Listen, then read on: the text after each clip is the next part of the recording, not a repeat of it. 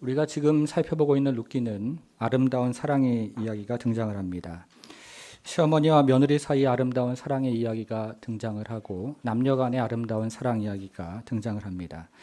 그래서 세계적인 문학가들은 룻기에 등장하는 이 아름다운 사랑 이야기를 큰 영감을 받아서 이 이야기를 가지고 많은 문학 작품을 남겼습니다. 여러분, 그런데 룻기의 아름다운 사랑 이야기가 등장하는 것은 사실이지만 룻기의 주제가 아름다운 사랑의 이야기는 아닙니다. 우리가 지금 살펴보는 룻기 앞에는 사사기가 등장을 하고 룻기 뒤에는 사무엘서가 있습니다. 그런데 룻기 앞에 등장하는 사사기는 왕이 없는 시대의 황망함에 대해서 이야기를 하고 있고, 룻기 뒤에 등장하는 사무엘서는 다윗 왕 시대의 풍요로움과 그리고 번성에 대해서 이야기를 하고 있습니다. 그리고 이 두 사이를 연결하는 것이 바로 우리가 지금 살펴보고 있는 룻기라는 책입니다. 그래서 룻기는 하나님이 없는 백성이 어떻게 하나님을 따르는 백성이 되었는가, 그리고 소망이 없는 백성이 어떻게 소망을 갖는 소망의 백성이 되었는가에 대해서 자세하게 밝혀주는 책이기도 합니다. 여러분, 우리가 지난주까지 살펴보았던 룻기 1장은 사사시대 이스라엘 백성들의 삶을 잘 대변하는 이야기로 되어 있습니다. 약속의 땅을 떠난 불순종으로 말미암아 나오미의 남편 엘리멜렉이 죽었고, 불법적인 결혼으로 말미암아 나오미의 두 아들도 이어서 죽었습니다. 그래서 나오미는 기쁨을 의미하는 나오미에서 괴로움을 의미하는 마라가 되었습니다. 그런데 이것은 궁극적으로 사사시대 이스라엘 백성들의 삶을 잘 대변해주고 있는 이야기였던 겁니다. 그러나 하나님께서는 하나님이 없는 백성, 그리고 아무런 소망이 없는 백성들을 찾아오셨습니다. 우리가 성경을 앞으로 가서요, 1장 22절로 한번 가보겠습니다. 1장 6절을 먼저 보겠습니다. 1장 6절에서요, 여호와께서 자기 백성을 돌보시사, 이 말을 찾아서 여기 표시를 한번 해보겠습니다. 여호와께서 자기 백성을 돌보시사. 그리고 이번에는 1장 22절로 한번 가보겠습니다. 1장 22절에서요, 보리 추수를 시작할 때 이 말을 찾아서 여기도 표시를 한번 해보겠습니다. 하나님께서 하나님이 없는 백성, 그리고 소망이 없는 백성을 찾아오신 이야기입니다. 그래서 우리가 오늘부터 살펴보는 룻기 2장에서는 하나님께서 이스라엘 백성들을 돌보시는 이야기가 보리 추수를 시작할 때를 배경으로 아름답게 펼쳐지고 있습니다. 그래서 오늘은 은혜의 첫물결이라는 제목으로 함께 오늘 본문을 살펴보도록 하겠습니다. 주보 3면에 보면 말씀 노트가 있는데요. 첫째, 룻이 보아스의 밭에 우연히 도착을 했습니다.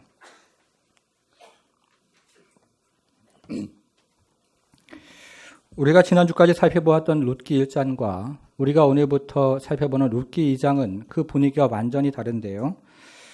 룻기 2장은 새로운 인물에 대한 소개로 시작을 합니다. 여러분, 룻기 2장 1절을 같이 한번 읽어보겠습니다. 2장 1절 같이 한번 읽습니다. 시작.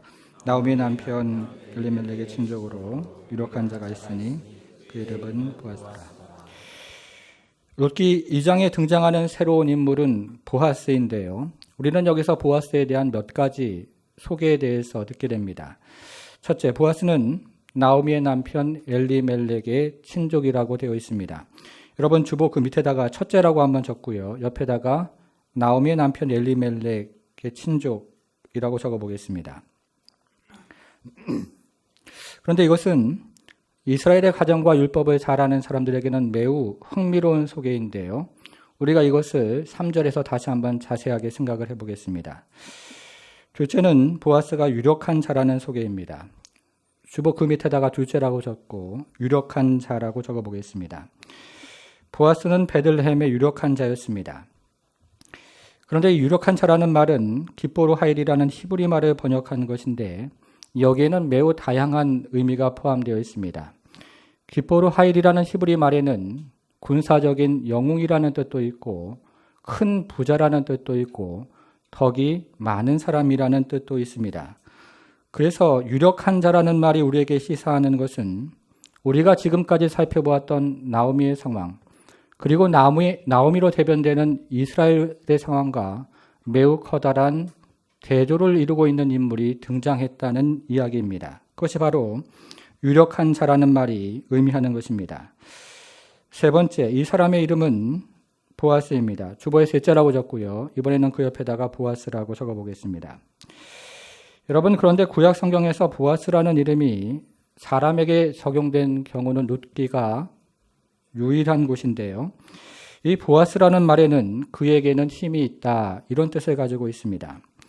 그래서 보아스라는 말이 우리에게 시사하는 것도 우리가 지금까지 살펴보았던 나오미의 상황, 그리고 나오미로 대변되는 이스라엘의 상황과 매우 커다란 대조를 이루고 있는 인물이 등장했다는 것을 우리에게 알려주고 있습니다. 정리를 하면 오늘 본문에 등장하는 사람은 첫째, 나오미의 남편 엘리멜렉이고, 둘째, 뭡니까? 유력한 사람이고, 그리고 세 번째, 그의 이름은 보아스였습니다. 그런데 우리는 이 같은 소개를 통해서 희망이 없는 한 가정을 구원할 영웅이 등장했다는 기대를 갖게 되고, 또 우리는 이 같은 소개를 통해서 희망 없는 이스라엘 민족을 구원할 한 영웅이 등장했다는 그런 기대를 갖게 되는 것입니다. 그것이 바로 보아스에 대한 소개입니다.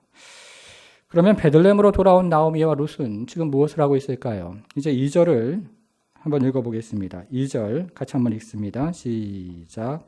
모압 여인 룻이 나오미에게 이르되 원하건대 내가 밭으로 가서 내가 누구에게 은혜를 입으면 그를 따라서 이삭을 죽겠나이다 하니 나오미가 그에게 이르되 내 따라 갈지어다 하며. 이것은 베들레헴에 돌아온 나오미와 룻이 집에서 주고받는 대화입니다.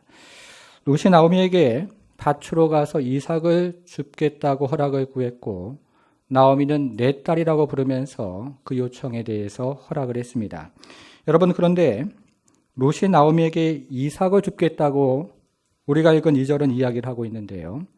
룻이 나오미에게 이삭을 줍겠다고 하는 말은 무슨 의미일까요?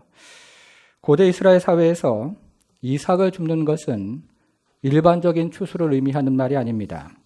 모세 율법에 의하면 밭주인이 추수를 할 때 모퉁이에 있는 곡식의 이삭을 남겨두어야 하고, 그리고 추수한 후에 땅에 떨어진 이삭의 눈도, 곡식의 이삭도 그대로 남겨두어야 합니다.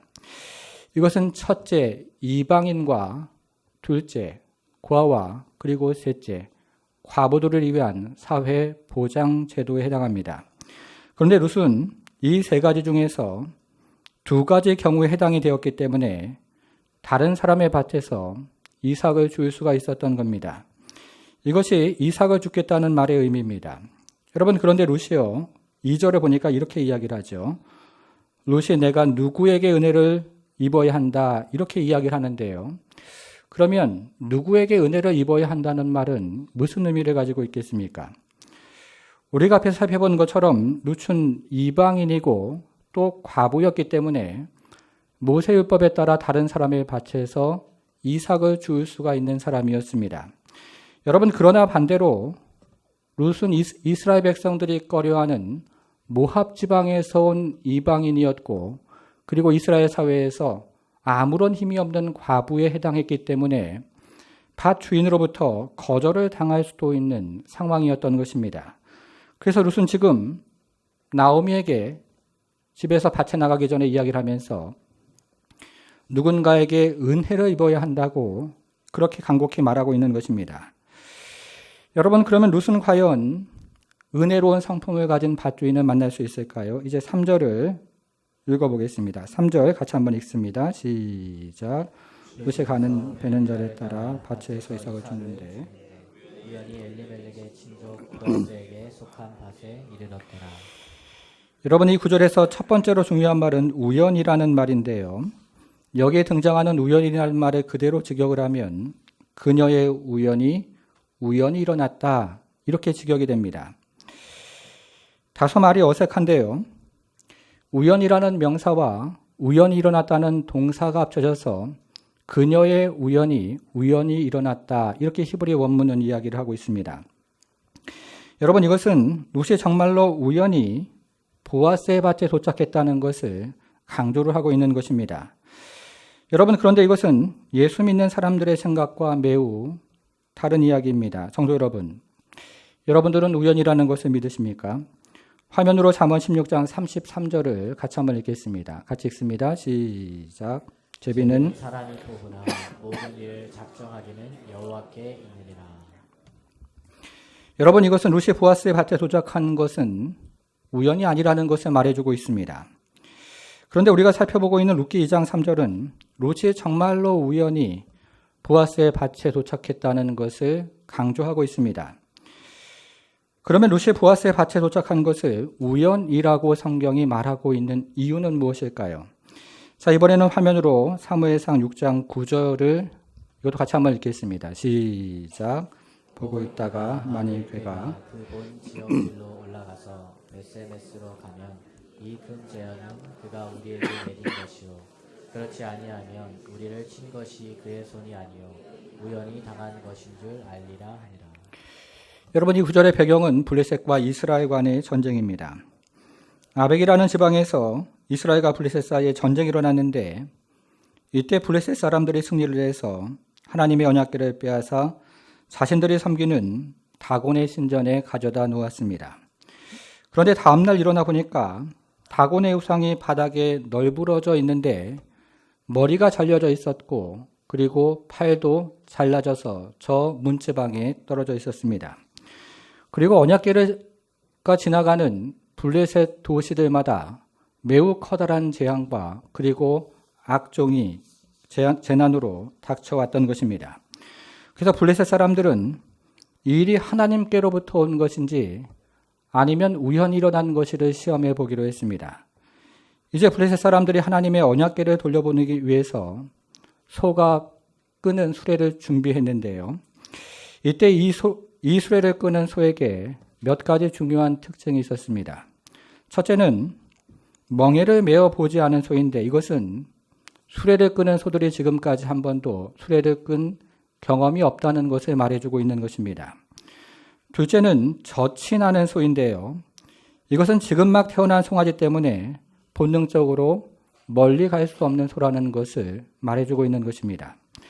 셋째는 두 마리의 소라고 이야기하는데 이것은 둘 중에 한 마리가 다른 방향으로 움직이거나 둘 중에 한 마리가 그 자리에 머물러 있으면 이동을 할 수 없다는 것을 말해주고 있습니다.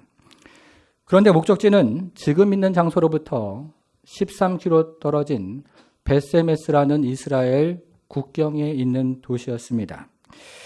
정리를 하면 수레를 끌어본 경험이 전혀 없는 소가 지금 옆에 막 태어난 그 송아지와 함께 있고 싶은 본능을 이겨내고 그것도 두 마리가 동시에 13km가 떨어진 도시로 직진을 해야 하는 것입니다.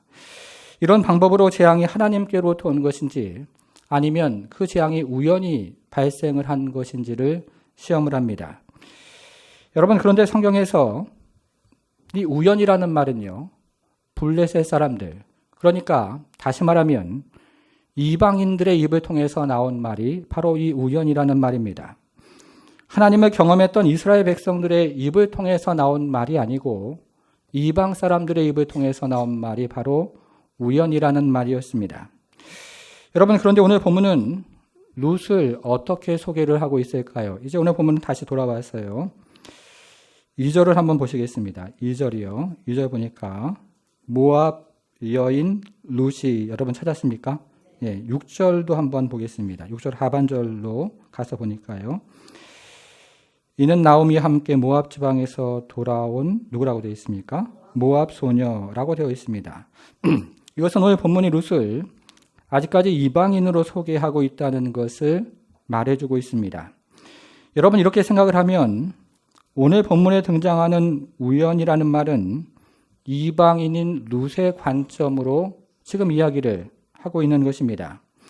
이방인인 룻의 관점으로 보니까 룻이 보아스의 밭에 도착한 것은 전적인 우연이었던 것입니다. 여러분, 그러면 여기서 말하는 우연이라는 말의 진짜 의미는 무엇이겠습니까? 여기서 말하는 우연이라는 말의 진짜 의미는 은혜라는 말입니다. 룻이 보아스의 밭에 도착한 것은 전적으로 하나님의 은혜였다는 뜻입니다. 전적인 하나님의 은혜로 룻이 지금 보아스의 밭에 도착을 했던 겁니다. 그래서 우리는 3절이죠. 다시 한번 3절을 보시겠습니다. 여기에 등장하는 이 말을 우연이라고 읽고 그러나 은혜라고 해석을 합니다. 여러분 그래서요, 이 3절 우연이라는 말에 표시를 하고요. 그 옆에다가 은혜 이렇게 한번 적어 보시겠습니다. 우연이라고 읽고 은혜라고 해석을 하는 것입니다. 여러분 그러면 룻이 보아스의 밭에 도착하는 것이 왜 중요할까요? 자, 3절을 다시 한번 보겠습니다. 3절. 룻이 가서 베는 자를 따라 밭에서 이삭을 줍는데 우연히 엘리멜렉의 뭐라고 되어 있습니까? 친족 보아스에게 속한 밭에 이르렀더라. 이 구절에서 두 번째로 중요한 말이 바로 친족이라는 말입니다. 여러분 우리가 룻기를 1장부터 4장까지 한 자리에서 읽어보면 나오미와 보아스의 관계를 여러 가지 말로 표현을 하는데요. 어떤 경우에는 가까운 자 이렇게 표현을 하기도 하고 어떤 경우에는 기업 물을 자 이렇게 표현을 하기도 합니다. 그런데 오늘 본문은 이런 표현들을 전혀 사용하지 않고 친족이라는 말로 표현을 하고 있습니다. 여러분 그러면 오늘 본문이 말하고 있는 친족은 당시 이스라엘 사회에서 무엇을 의미했을까요? 여기에 사용된 친족이라는 말은 이스라엘의 대구성 단위인 지파와 소구성 단위인 대가족 사이에 있는 혈족 단위를 말하는 것인데요. 우리의 상황에서 가장 가까운 예는 김해에 있는 김씨 집성촌 혹은 경주에 있는 이씨 집성촌에 해당하는 그 정도의 말입니다. 그런데 고대 사회에서 어떤 사람이 어려움을 당하면 1차적으로 그 책임을 친족들이 졌습니다. 예를 한번 들어보겠습니다. 첫째, 어떤 사람이 남편을 잃고 과부가 되면 친족들이 남자 후손을 제공해서 그 가문이 이어지도록 책임을 졌습니다. 둘째, 어떤 사람이 가난을 해서 밭을 팔게 되거나 혹은 노예로 팔려가게 되면 그 친족들이 빚을 갚아주어서 그 가문이 이어지도록 이번에도 책임을 집니다. 셋째, 어떤 사람이 억울한 일을 당하면 친족들이 억울한 신원을 풀어주어서 그 가문이 이어지도록 또한 책임을 졌습니다. 그래서 친족의 이스라엘 사회의 궁극적인 역할은 친족 안에 있는 가문이 사라지지 않고 보존될 수 있도록 책임을 져 주었던 겁니다. 여러분 그런데 우리가 지금까지 살펴보고 있는 이 나오미의 가정이 사라질 위기에 처해 있었습니다. 나오미의 남편이 죽고 나오미의 두 아들이 죽었으니까 이제 나오미의 가정이 사라지는 것은 시간 문제였던 겁니다. 그래서 나오미의 가문이 회복되는 유일한 길은 이스라엘 사회 안에서 친족을 만나서 친족의 보호를 받아야 하는 것입니다. 그런데 룻이 밭에 이삭을 주우러 갔다가 우연히 나오미의 남편 엘리멜렉의 친족 보아스의 밭에 도착을 한 것입니다. 그리고 그 배후에는 하나님의 섭리적인 역사하심 그리고 은혜가 있었던 겁니다. 여러분 그런데 룻기에서 하나님의 섭리가 이루어지기 위해서는 두 가지 요소가 충족이 되어져야 합니다. 첫째는 룻이 친족을 만나야 하고 둘째는 룻이 은혜를 입어야 합니다. 여러분 만일에 룻이 도착한 밭의 주인이 친족인데요. 그 친족이 이방인과 고아와 과부들에게 은혜를 베풀지 않는 친족이라면 나오미의 가문이 사라지는 것은 이번에도 시간 문제일 겁니다. 그러나 반대로 룻이 이방인과 고아와 과부에게 은혜를 베푸는 밭주인을 만났는데 그 밭주인이 친족이 아니라면 이번에도 나오미의 가문은 보존될 수가 없습니다. 그래서 룻기에서 하나님의 섭리가 이루어지기 위해서는 첫째, 룻이 친족을 만나야 하고 둘째, 룻이 그 친족으로부터 은혜를 입어야 하는 것입니다. 여러분 그런데 우리가 지금까지 살펴본 것처럼 첫 번째 요소가 충족이 되었습니다. 룻이 친족인 보아스를 만나는 것입니다. 여러분 그러면 두 번째 요소는 어떻게 되겠습니까? 이제 우리는 두 번째 단락을 통해서 이 질문에 대한 답을 잠시 한번 생각을 해보겠습니다. 둘째, 룻이 보아스의 밭에서 은혜를 입었습니다.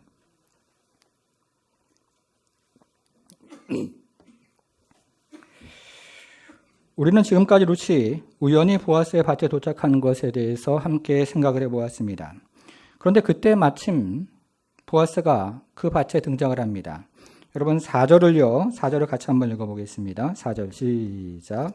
마침 보아스가 베들레헴으로부터 와서 베는 자들에게 이르되 여호와께서 너희와 함께 하시기를 원하노라 하니 그들이 대답하되 여호와께서 당신에게 복 주시기를 원하나이다 하니라. 원하나이다. 여러분 여기서는 마침이라는 말이 매우 중요한 감탄사인데요. 이 말은 보라, 그때 마침이라는 뜻을 가지고 있습니다. 룻이 우연히 보아스의 밭에 도착을 해서 이삭을 줍고 있었는데 그때 마침 보아스가 그 밭을 방문을 했던 겁니다. 여러분, 이렇게 기가 막힌 타이밍이 있을까요? 여러분, 우리가 앞에서 살펴본 것처럼 보아스는 베들레헴의 유력한 자입니다. 이것이 의미하는 것은 보아스가 담당해야 되는 일이 굉장히 많았다는 것이고 보아스가 방문해야 되는 밭도 굉장히 많이 있었다는 것입니다. 그런데 보아스가 그날 처리해야 하는 굉장히 많은 일과 그날 방문해야 하는 굉장히 많은 밭이 있음에도 불구하고 마침 룻이 이삭을 줍고 있는 그 밭을 방문하게 되었던 것입니다. 이것을 좀 더 실감나게 한번 생각을 해보겠습니다. 여러분 중에 본인이나 가족 중에 포병부대에서 군 생활을 하신 분이 아마 계실 겁니다. 포병부대에서 복무를 하는 포병들은 사격 방향을 맞출 때요, 360도 단위를 사용하지 않고 MIL이라고 하는 단위를 사용하는데 우리가 일반적으로 사용하는 360도는 6,400밀에 해당을 합니다. 포병부대에서 이렇게 정밀한 단위를 사용하는 것은 포가 멀리 나가기 때문입니다. 만일에 포구 방향이 1mm 오차가 나면 포탄이 10km를 날아갈 때 10m 오차가 발생하게 됩니다. 그런데 만일에 포구 방향이 1도가 오차가 나면 포탄이 10km를 날아갈 때 180m가 오차가 나게 됩니다. 그래서 포구 방향이 1도나 혹은 2도가 오차가 나면 전쟁의 상황에서 적군에게 포탄을 떨어뜨리는 것이 아니라 아군에게 포탄을 떨어뜨리는 경우가 있는 것입니다.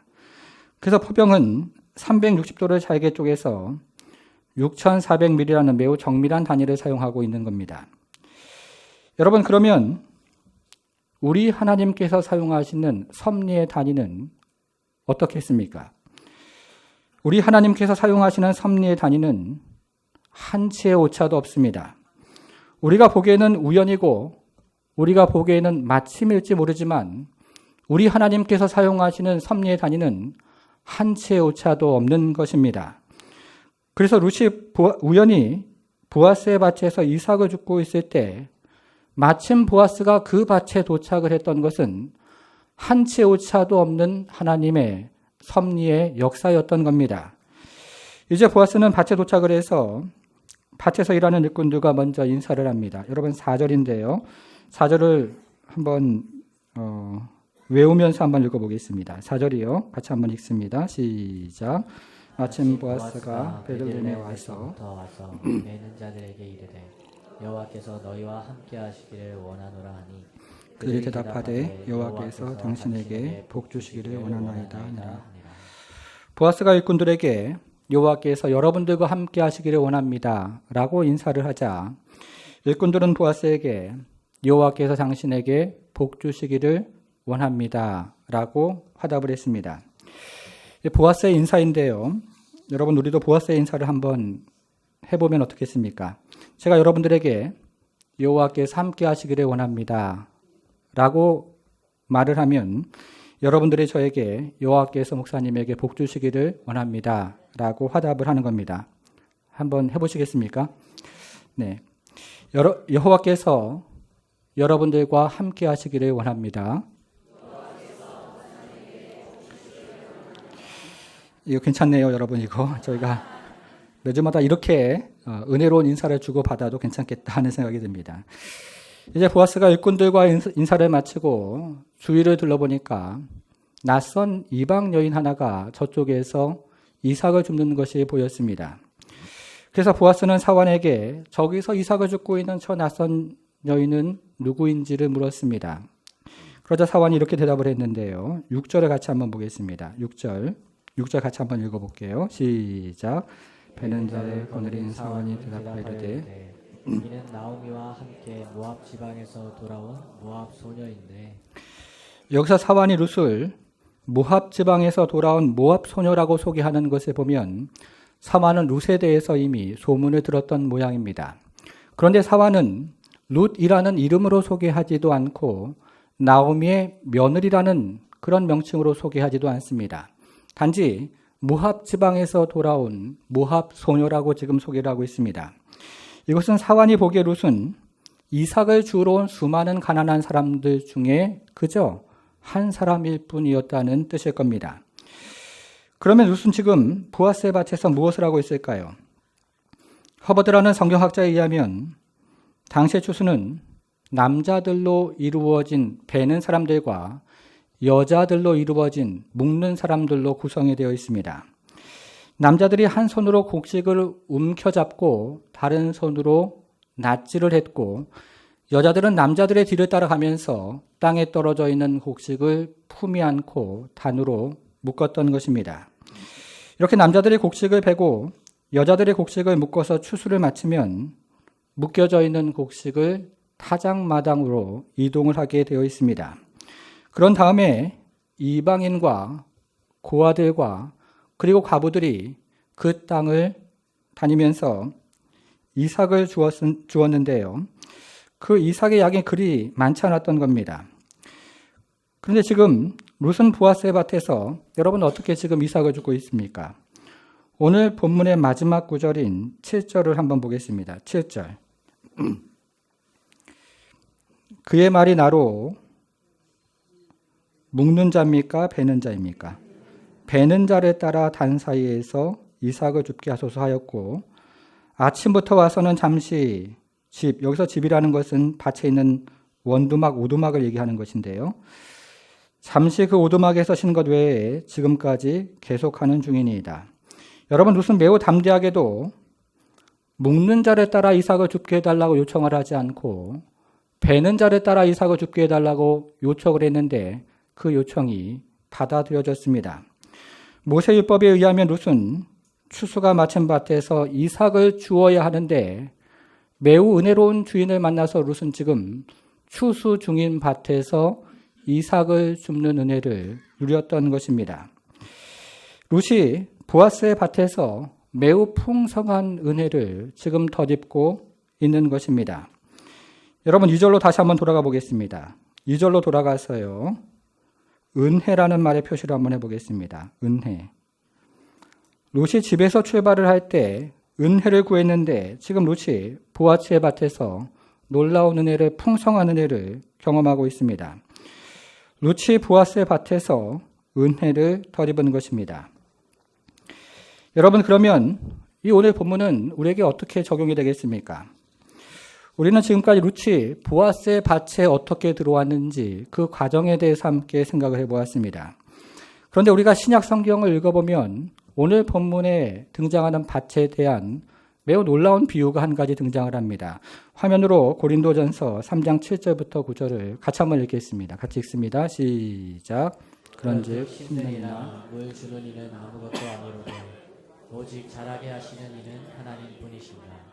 심는 이와 물 주는 이는 한 가지이나 각각 자기가 일한 대로 자기의 상을 받으리라. 우리는 하나님의 동역자들이요 너희는 하나님의 밭이요. 여러분, 여기 하나님의 밭이라는 비유가 등장을 하는데 여기에 등장하는 하나님의 밭이라는 비유는 바로 교회를 의미하는 것입니다. 여러분, 우리는 앞에서 룻이 보아스의 밭에 들어오는 과정에 대해서 살펴보았는데요. 룻이 보아스의 밭에 들어오는 과정에서 중요한 말 두 가지가 있었는데 첫째는 우연이라는 말이었고 둘째는 은혜라는 말이었습니다. 룻이 보아스의 밭에 들어올 때 우연인 줄 알았습니다. 그리고 룻이 보아스를 만났을 때에도 우연인 줄 알았던 겁니다. 여러분, 그런데 그 배후에는 놀라운 하나님의 은혜가 역사하고 있었던 것입니다. 성도 여러분, 여러분들은 하나님의 바친 교회에 처음 어떻게 들어오게 되셨습니까? 우리가 하나님의 바친 교회에 처음 들어왔을 때 우연이라고 생각을 했을 겁니다. 그 사람을 만난 것도 우연이라고 생각을 했고, 그리고 그 사건이 일어난 것도 우연이라고 생각했습니다. 여러분, 그런데 놀랍게도 오늘 본문이 이야기하는 것은 그 사람을 만난 그 일 배후에는, 그리고 그 일이 일어난 그 일 배후에는 바로 놀라운 하나님의 섭리가, 그리고 놀라운 하나님의 은혜가 역사하고 있었다는 것입니다. 저는 고등학교 2학년 때 처음 교회에 발을 들여놓았는데요. 저에게는 아직도 그 일이 어제처럼 생생하게 기억이 됩니다. 고등학교 2학년 어느 가을에 옆집에 사는 친구의 소개로 정말 우연히 교회에 첫 발을 들여놓게 되었습니다. 제가 교회에 처음 발을 들여놓은 것을 우연이라고 말씀드리는 이유는 제가 그때 교회에 다닐 마음이 없었기 때문에 그렇습니다. 여러분, 그래서였을까요? 어떤 분들은 교회에 처음 발을 들여놓을 때 하나님 아버지의 따스한 사랑을 그날 경험하시는 분들이 계시는데, 저는 교회에 처음 발을 들여놓았을 때 모든 것이 낯설었고, 그리고 모든 것이 어색하기만 했습니다. 처음 만나는 사람에게 반갑게 인사를 하는 것도 매우 낯설었고, 그리고 처음 만나는 사람에게 부르는 호칭도 매우 어색하기만 했습니다. 여러분, 그 사람이 저를 언제 봤다고 저에게 형제라고 이야기를 하는 것일까요?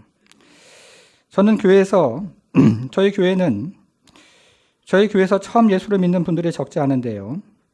아마도 제가 그때 느꼈던 그 낯설음, 그리고 그 어색함을 고스란히 느끼는 분들도 계실 겁니다.